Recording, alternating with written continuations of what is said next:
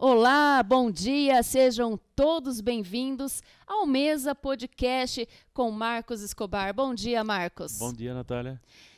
Hoje recebemos aqui um entrevistado, um convidado que está lá no Rio de Janeiro, que é o Fábio Seghese, que está falando com a gente aqui online, né? Ele é neto do seu Mário, do Engenho Santo Mário. Bom dia, Fábio. O famoso Engenho Santo Mário de Catanduva, né? Bom dia, Fábio, tudo bem? Prazer recebê-lo aqui. Bom dia, Natália. Bom dia, Marcos. Bom dia, prazer também o convite de poder falar no podcast da ACE aí, com o Marcos Escobar à frente, e que eu tenho como uma feliz descoberta dos próprios líderes de Catanduva, uma feliz surpresa de conteúdo para nós podermos nos conectar com a cidade novamente. Isso é interessantíssimo. A gente vai começar conhecendo um pouco mais sobre o Fábio, para depois a gente já falar um pouquinho sobre o Engenho. Eu tenho muita curiosidade de saber, viu, a história do Fábio, da família, do avô, do pai, né? Hoje o pai que está tocando os negócios aí, né? Mantendo a tradição. Me parece que é um negócio ainda bastante familiar, né, Fábio? Se pudesse colocar um pouco aí a tua trajetória, né? Claro. Como é que foi? Claro. Por favor, Fábio. Com certeza.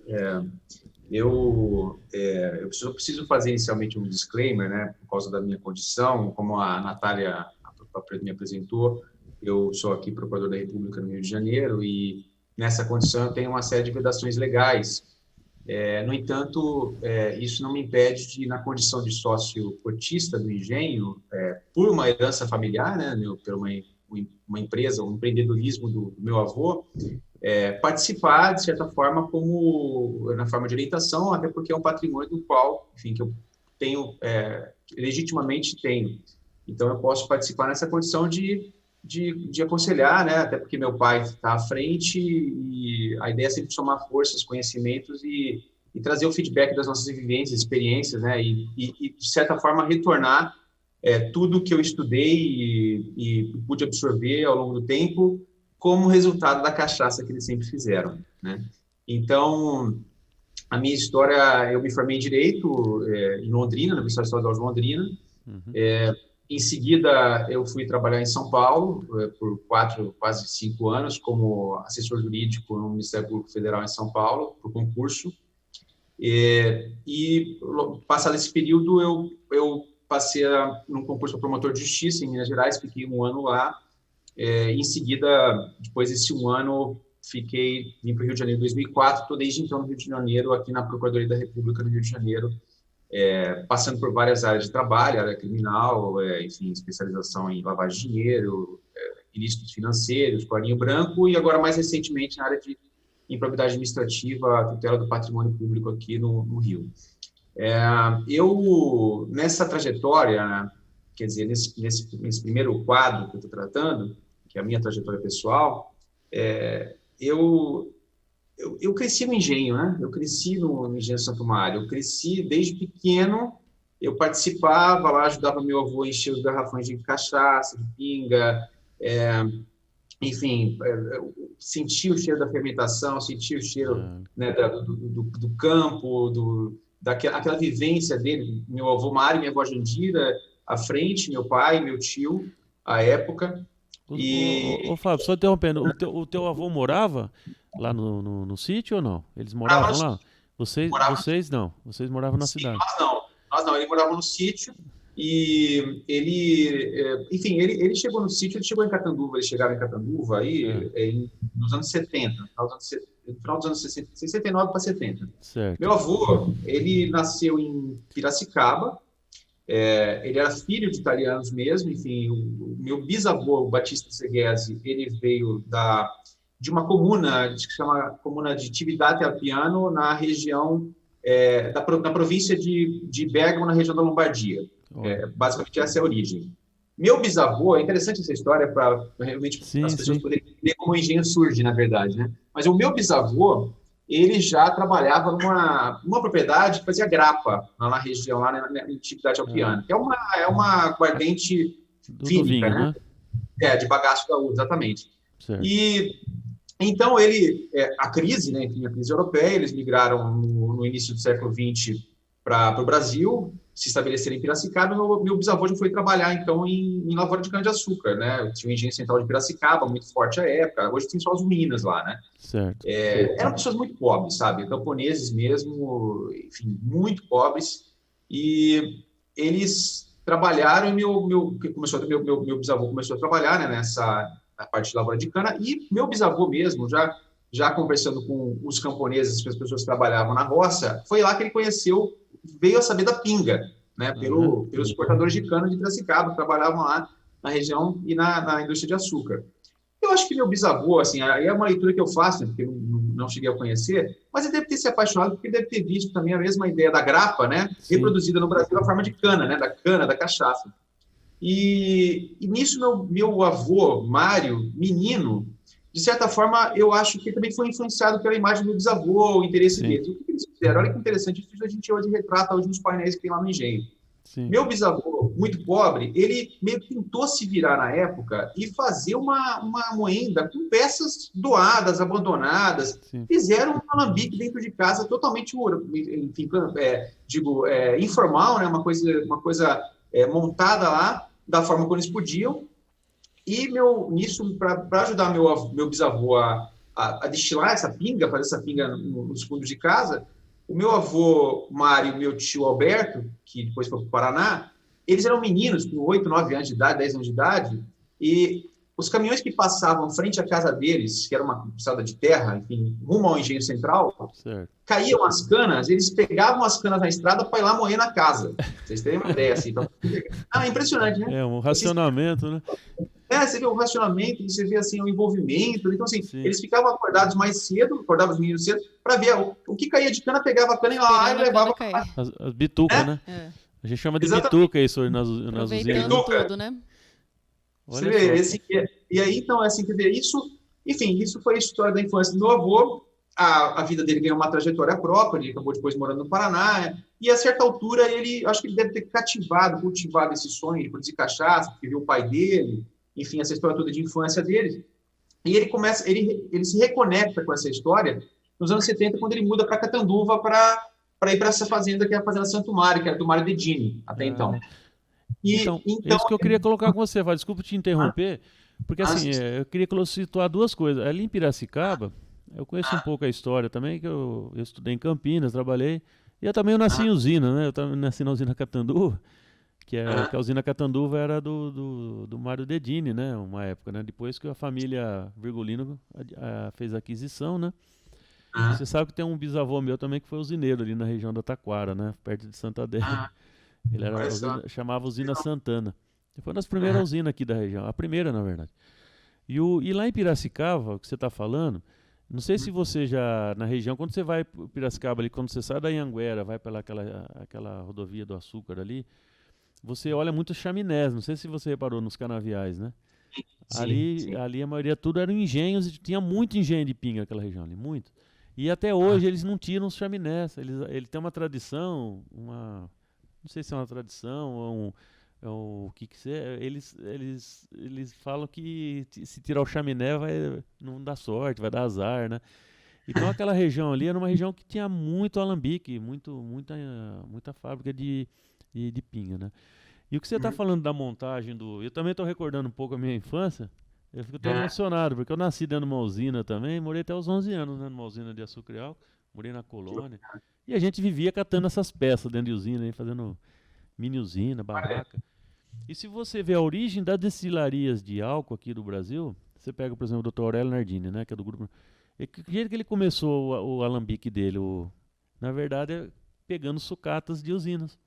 A maioria isso aí você vê, é uma origem italiana e muito típico a maioria das destilarias, depois viraram destilaria com o pró-álcool, né, mas eram alambiques, eram engenhos de pinga. Mas se você, por exemplo, falar com o Geraldão Roete aqui, como é que eles começaram fazendo um alambique? Eram pegando sucatas de usina. E eles iam, pegavam sucata, montavam um engenho, que é muito simples, né? O processo é muito... Mas tem um conhecimento de fazer a fermentação, de fazer a boa cachaça, né? E isso aí, só desculpa abrindo parênteses, porque eu acabei me recordando um pouco, lembranças, né? Claro. E a história é muito bonita, a região nossa aqui ela é muito É interessante se ver, eu não sabia disso, que é uma certa forma uma cultura que foi construída, né, de Sim, sim. se dar a partir desses. É aquela história, né? Cada um faz a sobrevivência, né? Se vira para sobreviver e com a criatividade que cada um traz consigo, né? Das experiências, né? E, enfim, aí meu avô, ele se estabeleceu e tentaram, né, plantaram cana, puxaram cana, fizeram tudo isso. A certa altura, meu avô, minha avó tinha recebido uma herança, que o avô dela, o pai dela tinha falecido, e eles resolveram apostar num alambique, fazer um pequeno alambique, e deram o nome de Engenho Águas Claras, que é o nome do riacho que passa ao lado da propriedade, lá na Baixada. Só que o que aconteceu, interessante, é porque meu avô era um sujeito muito carismático, sabe? Muito carismático, muito... Tanto é que hoje eu vou até desenvolver Um isso. bom italiano, né? Ele está na marca Coração, hoje. né? Ele era muito carismático. Eu vou falar algumas coisas assim que realmente me marcaram muito, do tipo... eu lembro que ele falava assim, olha, o cliente, né, sempre está certo, né? Ainda que ele esteja errado, ele sempre está certo. É interessante, quer dizer, não vai sair daqui nunca de mal com a gente, vai sair sempre bem, né? Sim. Então, Já assim, tem espírito ele, de, né, de Empreendedor. empreendedor.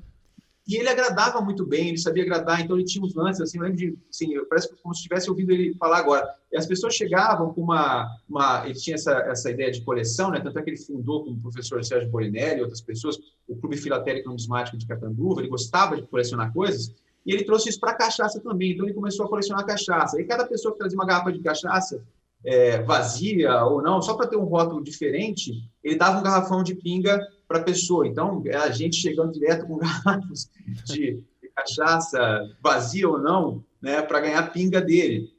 E também eles foram muito assim criativos, eles tentaram se virar fazendo, licores, bebidas mistas, enfim, tentar sair daquele padrão, daquele comum, né, para poder se estabelecer como um diferencial. Nisso tudo, cada vez mais as pessoas falavam, a gente vai lá no Santo Mário, vamos lá tomar a cachaça no Santo Mário, era na Fazenda Santo Mário. Aí, com o tempo, como o meu avô agradava as pessoas, agradava os clientes, o pessoal gostava da pinga dele, gostava da cachaça, eles já começaram a chamar meu avô de Santo Mário. Olha o Santo Mário. E meu avô encarnou a figura lá dentro, sabe? Daí adorava. Que vem o nome, então. Aí é da origem.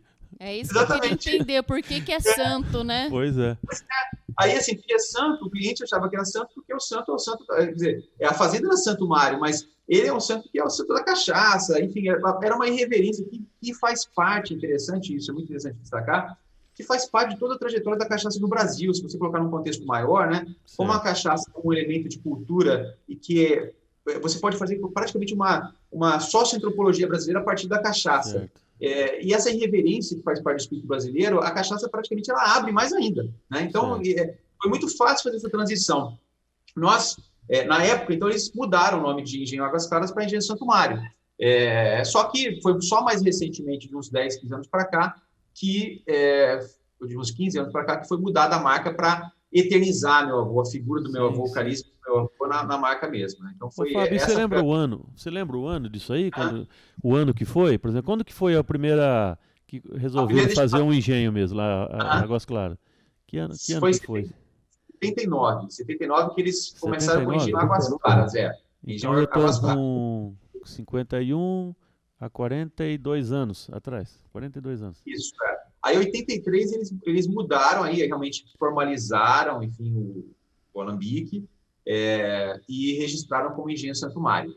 E aí já passou a ser o Engenho Santo Mário mesmo desde 83. Tanto é que na marca está lá, né, a logomarca é trabalhada em Engenho Santo Mário desde 1983. Ô, Fábio, você vem pouco para Catanduva? Quando foi a última vez? Eu vou muito... Agora, por conta da pandemia, né, o deslocamento ficou muito restrito. Agora que estão se vacinando, talvez eu volte daqui a alguns meses, mas faz 1 ano e meio praticamente já que não vou a Catanduva.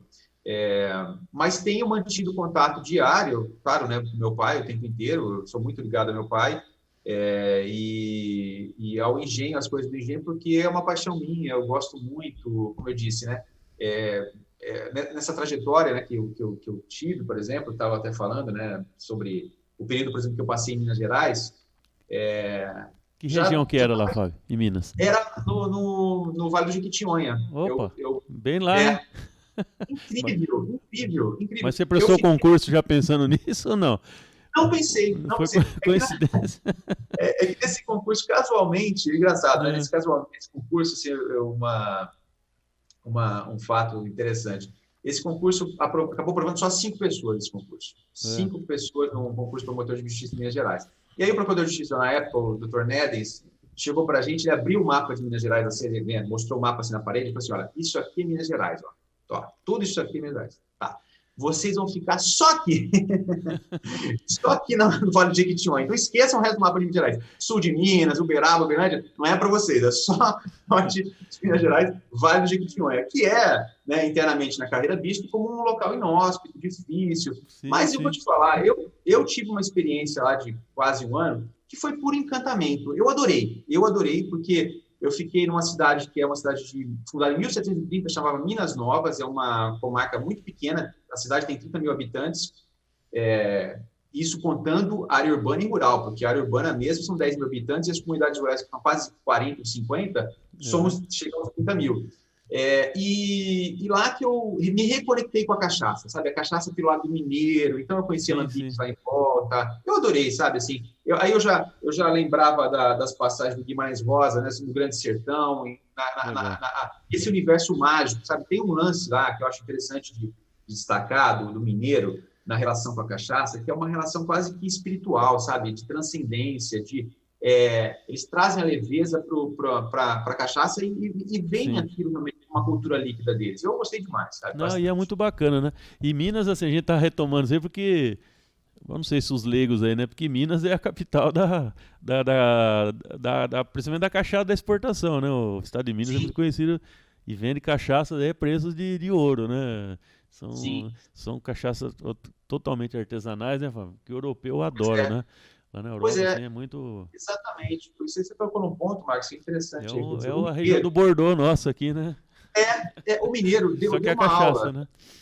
O mineiro dá uma aula para o Brasil, e agora que o Brasil está entendendo melhor, você vê, o mineiro sabe transformar o que às vezes é uma commodity, né, um produto comum, né, em algo com história, conectado com storytelling, com um brand.